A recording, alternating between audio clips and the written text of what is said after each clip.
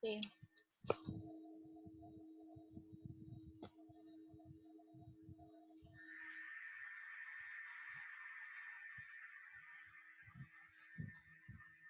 Okay kelas. Makin sikit lah. Okay, boleh join balik.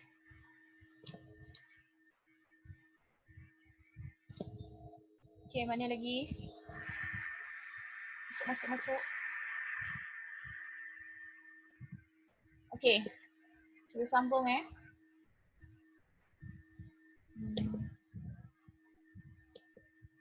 Okay kelas.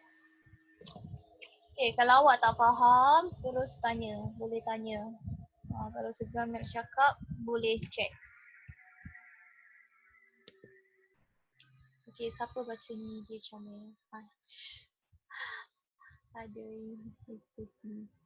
Okay. Okay, kita sambung Okay, kalau awak tak faham, tanya Cik Risau. Kalau korang diam ni, tak tahulah tanda faham ke tak. Okay je ni. Jenny apa pula ni? Okay kelas seterusnya. Okay, yang nota ni cikgu dah bagi kat korang. Okay, lagi senang lah korang nak buat nota boleh rujuk yang ni. Ringkas, dah padat. Okay, sekarang ni kita tengok, awak tengok muka surat 53. Kita tengok muka surat 53, akhbar dan majalah. Okay, akhbar dan majalah pun antara yang penting lah, yang memainkan peranan penting dalam menggerakkan gerakan nasionalisme di negara kita. Okey, strategi lain digunakan setelah penentangan bersenjata Tok Jangguk gagal. Di mana Tok Jangguk ni, dia punya cara pengajaran yang diberikan kepada Tok Jangguk oleh British ni sangat-sangat kejam Okey, British telah menghukum bunuh Tok Jangguk. Dia telah, yang ni awak dah belajar lah konfi. Menghukum bunuh, lepas tu dia punya mayat tu diseret dan digantung secara songsang.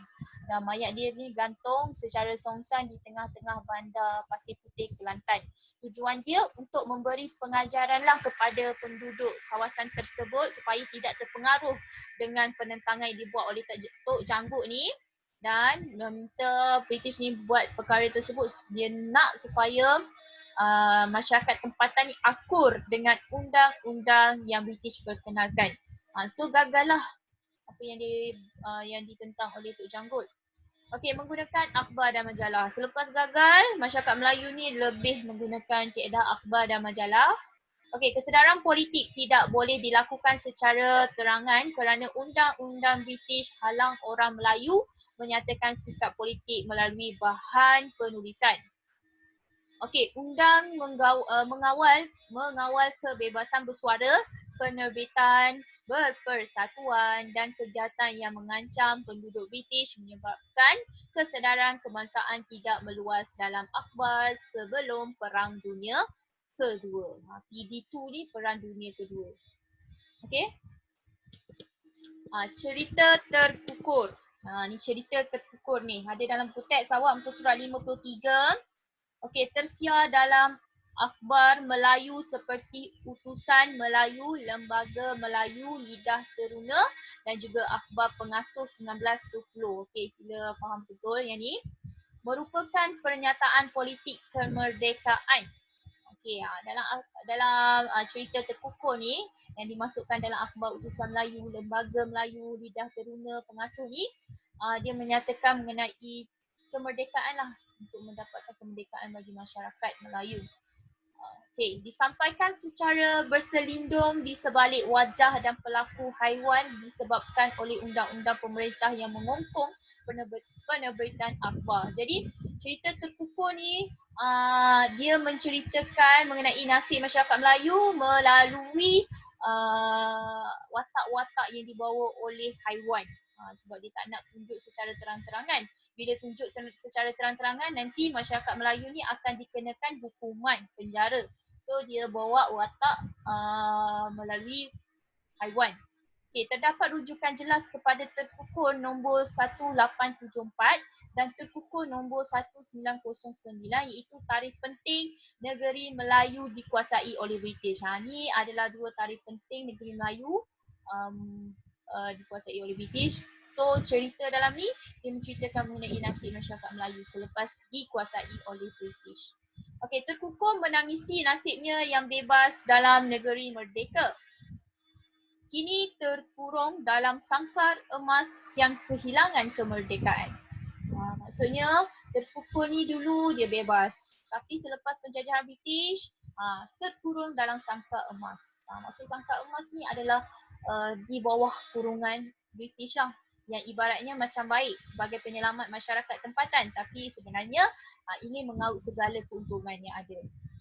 Okey, undang-undang British tentang penerbitan. Okey, British memperkenalkan dua undang-undang ini iaitu Publishing and Book Enactment.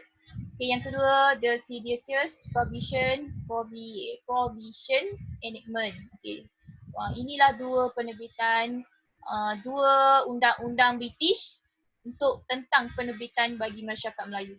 Okay, kesedaran nasionalisme Melayu lahir dari kesedaran semangat cinta akan negara sebagai asas gerakan menyeluruh selepas Perang Dunia Kedua untuk perjuangkan kemerdekaan negara kita. Okey. Okey, boleh faham? Ni dah habis muka surat 52, 53. Okey, ada soalan? Ahilan? Ada soalan? Syarifan? Soalan? Hawa? Maya? Terkukur tu orang ke? Terkukur Apa? tu adalah burung terkukur. Dalam cerita terkukur ni dia menggunakan haiwan ni sebagai watak bagi masyarakat Melayu lah yang terkurung selepas penjajahan British. Terkukur tu adalah burung. Okey. Ada lagi tak soalan? Okey. Okey, lagi soalan? Tak. Ada semua faham?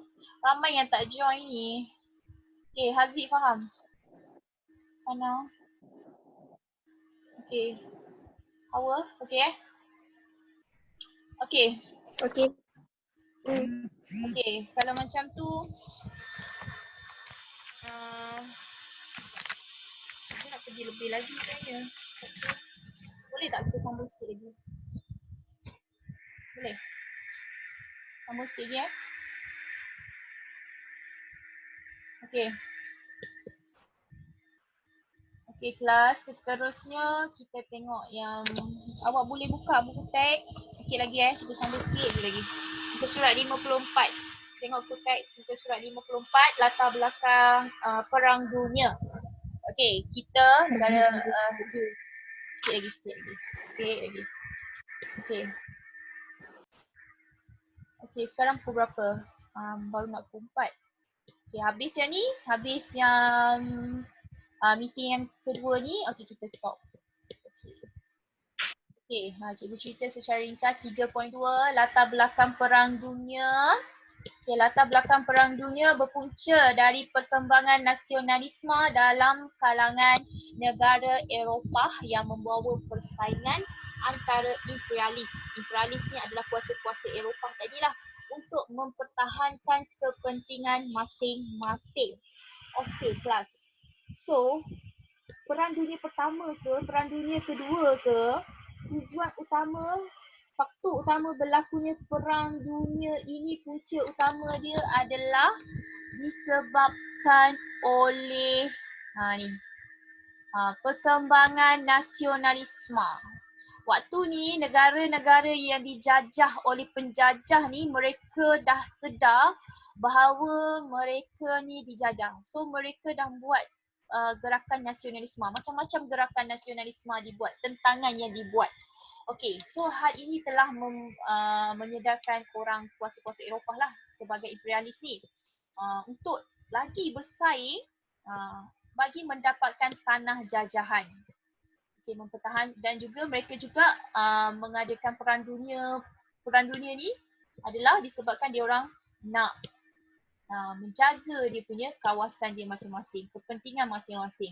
Dia tak nak tanah jajahan yang dia dapat ni berjaya dirampas oleh kuasa Eropah yang lain.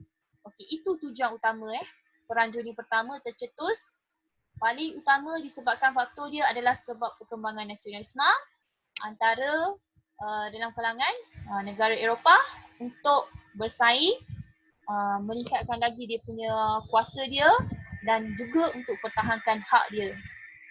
Okey. Okay, cikgu harap korang faham. Ingat sampai bila-bila. Itulah sebab berlakunya Perang Dunia Pertama dan Kedua. Itulah sebab utama. Okey, kita tengok Perang Dunia Pertama dahulu. Okey, Perang Dunia Pertama. Kena ingat dia punya tahun berlaku. Perang Dunia Pertama ni berlaku daripada tahun. Okey, Perang Dunia Pertama. Next. Okey, Perang Dunia Pertama adalah berlaku dari tahun, macam mana nak list ni? Okey. Kita tahun berapa? Tadi cikgu dah beritahu. 1914 hingga 1918. Yes, pandai. Okey, berlaku dari tahun 1914 hingga 1918. Tak keluar pula cikgu type. Okey. So Perang Dunia Pertama ni 4 tahun sahaja. Okey, Perang Dunia Pertama adalah asalnya, okay, dengar bermula pada 28 Julai 1914 hingga 11 November 1918. Okey, punca utama tercetusnya Perang Dunia Pertama adalah disebabkan oleh Australia, Hungary dan juga Serbia. Okey, dua buah kerajaan ini dia bergaduh disebabkan oleh Serbia ni. Okey, Serbia telah membunuh putera kerabat diraja kerajaan Hungary ni. Bila nasionalis dari Serbia bunuh dia punya kerabat diraja Hungary ni, maka hal ini telah menyebabkan tercetusnya juga Perang Dunia Pertama. Sebab adanya blok-blok kuasa. Siapa yang pernah belajar mengenai Perang Dunia Pertama, Kedua ni, pernah tengok cerita ni, tahulah ada dua blok kuasa. Inilah lagi yang merancakkan lagi Perang Dunia Pertama. Okey. Boleh. Okey. Okey, persaingan kuasa imperialis. Persaingan kuasa imperialis. Okey, Perang Dunia Pertama kalau ikut buku teks awak muka surat 54, faktor utama dia ditulis persaingan kuasa imperialis. Itu memang faktor utama, tetapi tercetusnya Perang Dunia Pertama ni punca utama dia adalah disebabkan krisis rantau Balkan. Okey, siapa tahu Balkan tu apa? Rantau Balkan tu apa? Okey, siapa tahu? Apa rantau Balkan? Apa maksud rantau Balkan? Ada respon ya anak-anak? Okey, siapa tahu? Ada yang tahu? Tak tahu. Ya, tak tahu cikgu beritahu. Okey, rantau Balkan ni adalah dari segi geografi. Okey, kawasan. Rantau Balkan tu merujuk kepada kawasan. Awak tengok dekat buku teks awak. Okey, ini merujuk kepada kawasan yang terletak di bahagian tenggara benua Eropah. Rantau ini mengambil nama sempurna Pergunungan Balkan. Okey, Pergunungan Balkan. Sebab itulah dikenali sebagai Rantau Balkan. Okey, krisis yang berlaku dekat Rantau Balkan ni adalah krisis antara Austria Hungary, iaitu krisis antara kerajaan Austria-Hungary dan juga kerajaan Serbia. Okey, yang cikgu cakap tadilah, kerajaan Serbia, dia punya nasionalis dia telah membunuh kerabat diraja Hungary. So kerabat diraja Hungary ni tak puas hati dengan pembunuhan yang dibuat oleh nasionalis Serbia. Jadi dia melancarkan perang kepada kerajaan Hungary ni telah melancarkan perang terhadap kerajaan Serbia. So bila dia melancarkan perang, asalnya dua buah kerajaan ini sahaja yang berperang. Tapi disebabkan ada blok-blok kuasa di mana kerajaan Hungary ni dia adalah di bawah kuasa tengah, manakala Serbia adalah di bawah Pakatan Bertiga. Jadi dia ada di bawah pakatan ini di bawah pakatan ini, jika negara yang berada di bawah pakatan ini diserang, so menjadi tanggungjawab ahli dia untuk membantu. So berlakulah Perang Dunia Pertama. Okey, kita balik kepada yang cikgu share ni. Okey, persaingan kuasa imperialis. Okey, faktor yang pertama ditulis adalah persaingan kuasa imperialis. Perkembangan revolusi perindustrian. Di mana revolusi perindustrian inilah yang merancakkan lagi kuasa-kuasa barat ini untuk mendapatkan tanah jajahan. Okey, sebab apa? Sebab dia nak cari kawasan-kawasan yang kaya dengan biji timah, yang kaya dengan petroleum, yang kaya dengan arang batu. Sebab bila dia berjaya mendapatkan hasil bahan mentah ini mereka akan proses dan mereka akan jual produk-produk daripada bahan mentah yang mereka proses. Lepas tu mereka pula bila dah dapat tanah jajahan, mereka pula berebut market untuk pasarkan produk-produk yang mereka hasilkan. Okey. Seperti cikgu cakap tadi lah. Persaingan kuasa imperialis ni maksudnya kuasa-kuasa barat, kuasa-kuasa penjajah. Mereka nak menjajah sebab nak dapatkan bahan mentah daripada tanah jajahan yang mereka jajah itulah. Dan selepas tu mereka nak pasarkan hasil industri. Pada waktu ni kuasa Eropah yang banyak mendapat tanah jajahan, berjaya mendapat banyak tanah jajahan, maka dia adalah kerajaan yang paling berkuasa lah. Okey, membawa permusuhan antara imperialis di Eropah seperti Perancis dan Jerman. Persaingan ini menyebabkan Perancis dan Jerman ni telah bergaduh besar. Sebab apa? Okey, awak tengok dekat buku teks awak yang bawah tu, yang ada warna kuning hijau tu, kuasa tengah. Sebabnya Perancis sini adalah dia terletak, dia punya pakatan dia adalah pakatan bertiga. Jerman dia adalah di bawah kuasa tengah. Okey, boleh faham tak? Sila bersuara anak-anak. Boleh faham tak? Tidur ada tu. Faham. Faham Sikit. Faham sikit. Cikgu apa tu pakatan bertiga? Okey. Pakatan bertiga ni maksudnya kerajaan-kerajaan ni, okey, asalnya awak tengok ni maksudnya blok. Ada dua blok kuasa. Waktu ni kuasa dunia ni dia bahagikan dia punya dia bahagikan kepada dua blok. Pertama, kuasa tengah. Kuasa tengah ahli dia, okey, kuasa tengah ni, pakatan kuasa tengah dia punya ahli adalah Jerman dengan Austria-Hungary. Okey, dua ini sahaja asalnya kuasa tengah ni. Okey, tetapi dia punya ahli bagi pakatan, jap kita tengok bawah ni ada tak?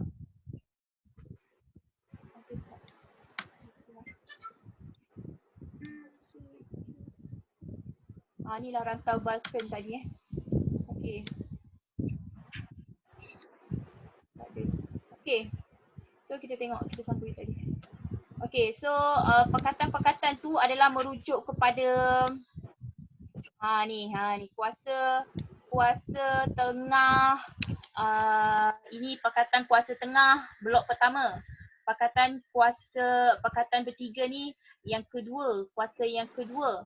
Jadi kelas, okey, di peringkat dunia ada dua buah kuasa ni, dua buah pakatan. Pertama pakatan tengah, yang kedua pakatan bertiga. Asalnya pakatan tengah ni dia punya ahli adalah Jerman dengan Austria-Hungary. Okey, kemudian pakatan kuasa tengah ni dianggotai pula oleh Bulgaria dan juga Uthmaniyah. Okey, kalau negara kita ni semasa gerakan nasionalisme berlaku ni, kita sokong pakatan kuasa tengah sebab adanya kerajaan Uthmaniyah. Sebab negara kita, rakyat di negara kita ni mendapat pengaruh daripada kerajaan Uthmaniyah. Okey. Pakatan bertiga ni pula adanya Britain, sebab itulah dia dikenali sebagai pakatan bertiga. Lepas tu dia ada Perancis, dia ada Rusia. Okey, lepas tu mendapat sokongan daripada Serbia.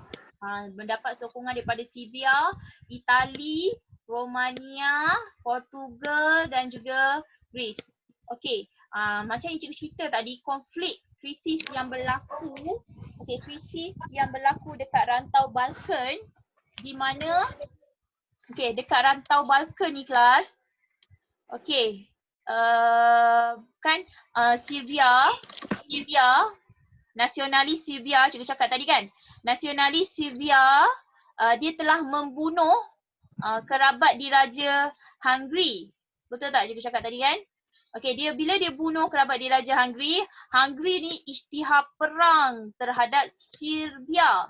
Bila dia isytihar perang, so secara tak langsung Jerman, Bulgaria, semua Uthmaniyah ni secara tak langsung dia kena sokong Hungary. So semua berperang waktu ni. Kuasa tengah waktu ni bila Hungary berperang dengan Serbia, so semua yang berada di bawah dia pun turut sama berperang. So tercetuslah Perang Dunia Pertama. Ni semua ni negara-negara yang ada ni semua ni terlibat dengan Perang Dunia Pertama. Hanya melibatkan kuasa-kuasa Eropah sahaja. Okey, boleh faham tak? Faham tak? Faham. Okey, Cikgu. senang kan? Ya? Sekarang pun ada lagi ke kuasa tengah dengan Pakatan Bertiga? Okey, sekarang tak ada dah. Sekarang ni sebelum Perang Dunia Pertama. Nanti Perang Dunia Kedua kita tengok pula blok-blok pakatan yang lain pula yang wujud. Ini semasa Perang Dunia Pertama. Yes? Kalau dalam exam kita tulis, dia tanya lah, apakah negara yang ada dalam kuasa tengah? Kalau kita tulis Bulgaria dan Uthmaniyah, betul tak? Hungary dengan Uthmaniyah. Betul lah. Bulgaria dengan Uthmaniyah. Betul. Ni semua ni kuasa tengah. Asalnya kuasa tengah ni hanya ahli dia Jerman dengan Austria-Hungary je. Dulu kuasa tengah ni dikenali sebagai kuasa berdua. Okey, tapi bila dah disertai oleh kerajaan-kerajaan lain, so dia panggil sebagai kuasa tengah. Okey? So betul lah kalau awak tulis Bulgaria, Uthmaniyah betul. Okey? Ada lagi soalan? Cikgu, so negara kita tak terlibat lah dengan Perang Dunia Pertama. Negara kita tak terlibat waktu Perang Dunia Pertama dan Kedua, tapi kita terkena tempias. Okey, kerajaan-kerajaan di Asia Tenggara, kerajaan di Afrika ni walaupun dia tak terlibat dengan perang ni, dia turut sama terkena tempias. Ibaratnya macam kita pun terlibat jugalah, tapi secara tidak langsung. Okey? Boleh faham? Secara tak langsung. Maksudnya kita sokong cikgu. Ya. Okey, ada soalan lagi? Cikgu, exam kita nanti tak ada paper 3 Paper 1 dan paper 2 je? Ya, paper 1, paper 2 je sebab kita format baru, kita guna format baru. Okey. Okey, ada soalan lagi? Awak kena faham betul-betul tau yang ni. Sebab untuk yang ni, okey, ni soalan yang biasa akan ditanya. Ada soalan lain tak? Kelas? Tak ada. Tak ada. Okey. So kita balik semula faktor berlakunya Perang Dunia Pertama. Okey, ada 3 faktor sebenarnya. Kalau yang ikutkan dalam buku teks ni, awak belajar ni, ada 3 faktor kenapa berlakunya Perang Dunia Pertama. Tapi kalau yang sebenarnya tercetusnya Perang Dunia Pertama ni adalah sebab yang paling utama adalah disebabkan oleh krisis rantau Balkan. Yang mencetuskan adalah ni. Ni krisis rantau Balkan ni. Hungary bergaduh dengan Serbia. Bila dua ni bergaduh, so dia punya blok-blok kuasa tersebut pun sama-sama akan bergaduh. So berlakulah Perang Dunia Pertama. Okey? Okey, so yang ni dah. Cikgu, Apa? Ya? Kenapa Serbia tu dia bunuh Hungary tu? Okey, pergaduhan ini berlaku secara tak sengaja sebenarnya antara kerajaan Serbia dengan Hungary. Okey, konflik dalaman, pergaduhan dalaman sahajalah macam pergaduhan antara dua orang tersebut. Ini kita panggil sebagai konflik dalaman. Okey, tetapi melibatkan dua buah kuasa yang berbeza, jadi berlakulah tercetusnya perang dunia pertama inilah. Okey? Okey, ada lagi soalan? Okey, ada lagi tak? Tak ada dah? Okey, soalan cikgu. Tak ada. Okey, awak rasa awak rasa blok yang mana menang? Yang belajar tu dia tahulah. Blok mana yang menang? Antara kuasa tengah dengan Kuasa pakatan tengah. bertiga? Okey. Ada yang jawab kuasa tengah. Bertiga. Okey. Pakatan bertiga. Yes. Bertiga. Yes, Sebab pandai. mereka suka menyertai. Yes, pandai. Siapa yang jawab tu? Okey, bila Amerika Syarikat menyertai Pakatan Bertiga ni, dia lagi Tak kuat. acik ke cikgu? So yang menang adalah last Serbia. Yang punca berlakunya pergelutan ini adalah disebabkan oleh Serbia. Serbia yang bunuh dia punya kerabat diraja Hungary dulu. Tapi Lala menang juga dekat kelompok Serbia ini. Okey, kita tengok ini. Krisis rantau Balkan. Okey, rantau Balkan yang awak ingat perkataan Balkan ni merujuk kepada pergunungan. Okey, pergunungan yang ada di kawasan tersebut lah. Okey. Nanti kan dia tak tahu pula apa rantau Balkan.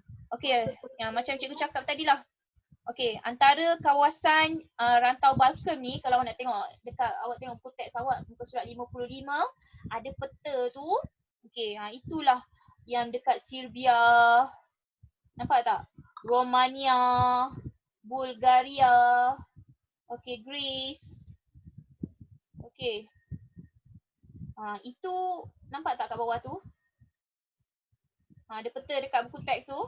Okey, itu adalah antara rantau Balkan. Okey, itu antara negara-negara yang terletak di kawasan rantau Balkan. Okey, Albania, Bosnia, okey, Greece, Turki pun terlibat dengan rantau Balkan. Antara kerajaan yang terletak di rantau Balkan. Okey, akibat pemusuhan Austria-Hungary dengan Serbia ni, di mana Hungary menuduh Serbia hasut rakyat Austria berketurunan Serb ni supaya berjuang membebaskan diri daripada Hungary ni. Okey, kemuncak krisisnya adalah pembunuhan. Okey, Archduke ni Ferdinand, iaitu putera mahkota Austria-Hungary dan isteri dia yang bernama Sophie oleh pemuda Serbia. Pemuda Serbia ni adalah golongan nasionalis, golongan yang menggerakkan gerakan nasionalis perkembangan. Ini adalah konflik dalaman yang berlaku antara dua buah kerajaan ini. Ini menyebabkan secara tak langsung menyebabkan berlakunya Perang Dunia Pertama disebabkan oleh konflik ini. Okey, boleh faham tak? Boleh Okey. So kita tengok peristiwa Perang Dunia Pertama. Korang ni macam tak faham macam ni. Okey, untuk yang ni. Boleh Okey. Peristiwa Perang Dunia Pertama, macam mana boleh tercetusnya? Bermula pada tahun 1914 Perang Dunia Pertama bermula 28 Julai 1914. Okey. Lepas tu, ni blok dua pakatan yang terlibat. Kuasa tengah, Pakatan Bertiga. Okey, 28 Julai 1914, Austria-Hungary dengan sokongan Jerman isytihar perang terhadap Serbia. Sebab Austria ni adalah di bawah kuasa tengah. Bila dia berada di bawah pakatan ini, cikgu cakap tadi, secara tak langsung, Jerman kenalah tolong yang berada di bawah dia. Okey, so 28 Julai 1914, okey, isytihar perang, berlakunya peperangan. Sebab tu cikgu cakap tercetusnya Perang Dunia Pertama adalah disebabkan oleh masalah dalaman antara Hungary dengan Serbia. Okey, 30 Julai 1914. Okey, 30 Julai 1914 ni Rusia. Yang ni dekat buku teks awak tengok yang kat bawah tu. Rusia beri bantuan tentera untuk mempertahankan Serbia. Sebab apa? Sebab ni. Sebab Rusia dia di bawah Pakatan Bertiga. Bila dia tahu yang sokong dia ni, Serbia ni telah diserang oleh Jerman dengan Hungary, so Rusia pun berilah bantuan ketenteraan kepada Serbia. Okey. So sama-sama dapat bantuan daripada kuasa Eropah yang besar. Serbia dapat bantuan daripada Rusia, Hungary dapat daripada Jerman. Okey, seterusnya 1 Ogos 1914, Jerman isytihar perang terhadap Rusia. Okey, ada lagi 10 minit. Okey. So disebabkan dia beri bantuan, so Jerman ni sebabkan Rusia beri bantuan dekat Serbia, so Jerman isytihar perang terhadap Rusia. Okey. Okey, boleh? 1 Ogos. Okey, 3 Ogos 1914, Jerman serang Perancis. Okey, Jerman serang Perancis pula. Okey. Okey, 3 Ogos 1914, Jerman serang Perancis. Sebab Jerman isytihar perang dekat Rusia, Jerman ni sebab Perancis tengok Okey, mana dah. Okey. Jerman, Perancis pun berada di bawah Pakatan Bertiga. So Jerman ni bukan sahaja dia serang Rusia, dia juga serang Perancis sebab Perancis pun berada di bawah Pakatan Bertiga. Rusia sokong Perancis. Okay, so Rusia bila Jerman ni dia ni taksub, dia gila kuasa sikit. Bukan dia setakat serang Rusia, dia pun pergi serang Perancis juga. So Rusia mestilah disokong Perancis sebab Perancis di bawah Pakatan Bertiga. Okay, Jerman seterusnya diceroboh Belgium untuk serang Perancis lagi. Okay, 4 Ogos 1914, Britain sertai Rusia. Okay, sebab itulah di bawah Pakatan Bertiga ramai ahli dia. Okey. Seterusnya dia 4 Ogos ni pun Britain pun sertai Rusia. Perancis serang Jerman yang menceroboh Belgium. Okey, Perancis dia tahu Jerman ceroboh kawasan dia, so dia serang balik Jerman. Okey, nampak tak konflik dia daripada Hungary dengan Serbia je. Lepas tu dah berlaku pergolakan yang melibatkan seluruh kuasa Eropah. Okay, mereka ni kuasa-kuasa Eropah ni kenapa dia terlibat secara langsung ni? Sebab dia nak tunjuk kekuasaan dia. Okay, sebab itulah dia pun sertai. Okay, Oktober 1914, Uthmaniyah. Okay, Uthmaniyah sertai perang dengan memihak kepada kuasa tengah. Okay, kuasa tengah tadi yang tak ramai ahli dia, yang terdiri daripada yang ni tadi. Okay, yang terdiri daripada Jerman tadilah. Okay, yang ni. So Uthmaniyah ni dia bukan terus sertai. Dia sertai pada pada 1914. Okey, seterusnya Mac 1915, Itali sertai Perancis, Britain, Rusia dan Pakatan Bertiga. Sebab itulah Pakatan Bertiga makin ramai ahli dia. Asalnya ahli dia 3 orang saja, 3 kerajaan saja. April 1917, Amerika Syarikat sertai perang dengan memihak kepada Pakatan Bertiga juga. Bila Amerika Syarikat menyertai Pakatan Bertiga ni, maka Pakatan Bertiga berjaya dalam Perang Dunia Pertama. Okey. Okey kelas, setakat ni awak faham tak? Boleh faham tak? Okey. Faham. Senang je kan?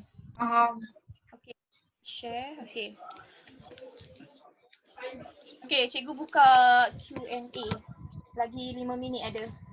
Lebih kurang 5 minit. Okey. So, secara Nana? Awal Pakatan Bertiga tu siapa je ada? Perancis, Serbia dengan Rusia je. Okey, Pakatan Bertiga awalnya adalah Perancis, Rusia sahaja. Okey, asalnya Perancis dengan Rusia sahaja. Lepas tu Britain join, lepas tu Amerika Syarikat join.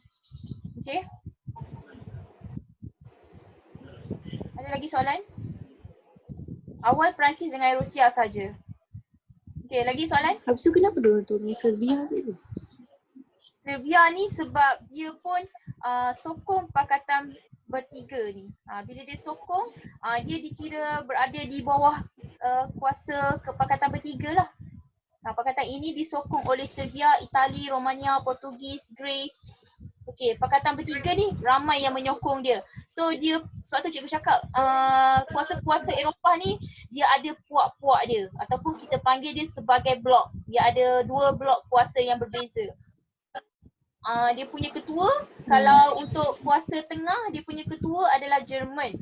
Okey, kalau Pakatan Bertiga dia punya ketua adalah kerajaan Rusia. Okey. sebagai ketua dia. Boleh faham? Okey. Okey, untuk Perang Dunia Pertama ni yang berjaya adalah Pakatan Bertiga. Selepas Amerika Syarikat menyertai Pakatan Bertiga ni, okey. Pakatan Bertiga berjaya. Apabila Pakatan Bertiga ni berjaya, Rusia ni dia telah mendesak ketua bagi kuasa tengah iaitu Jerman untuk menandatangani perjanjian, nanti yang ni kita akan belajar, iaitu perjanjian Versailles. Okey, dan dia Pakatan Bertiga ni iaitu Rusia ni meminta supaya Jerman menyerah kalah untuk Perang Dunia Pertama. So Jerman pun akur lah dan menyerah kalah. Untuk Perang Dunia Kedua nanti pun kita akan belajar yang mencetuskan Perang Dunia Kedua adalah Jerman. Jerman juga yang mencetuskan Perang Dunia Kedua sebabnya dia tak suka perjanjian Versailles ni. Perjanjian Versailles nanti kita akan belajar. Perjanjian ni dia macam berat sebelah. Dia macam ibaratnya menindas dia punya kerajaan lah. Okey. Kayun ada soalan? Cikgu, Ya, Nana? kenapa Switzerland dia tak duduk kat mana-mana? Kenapa dia negara dia kecil? Siapa? Switzerland. Sebab dia memang Switzerland ni dia kalau ikut yang tu, Switzerland dia memang kuasa berkecuali sebab dia tak menyertai mana-mana blok lah. Sebab tu dia kuasa berkecuali. Dia tak melibatkan mana-mana blok kuasa Eropah. Okey, ada lagi tak?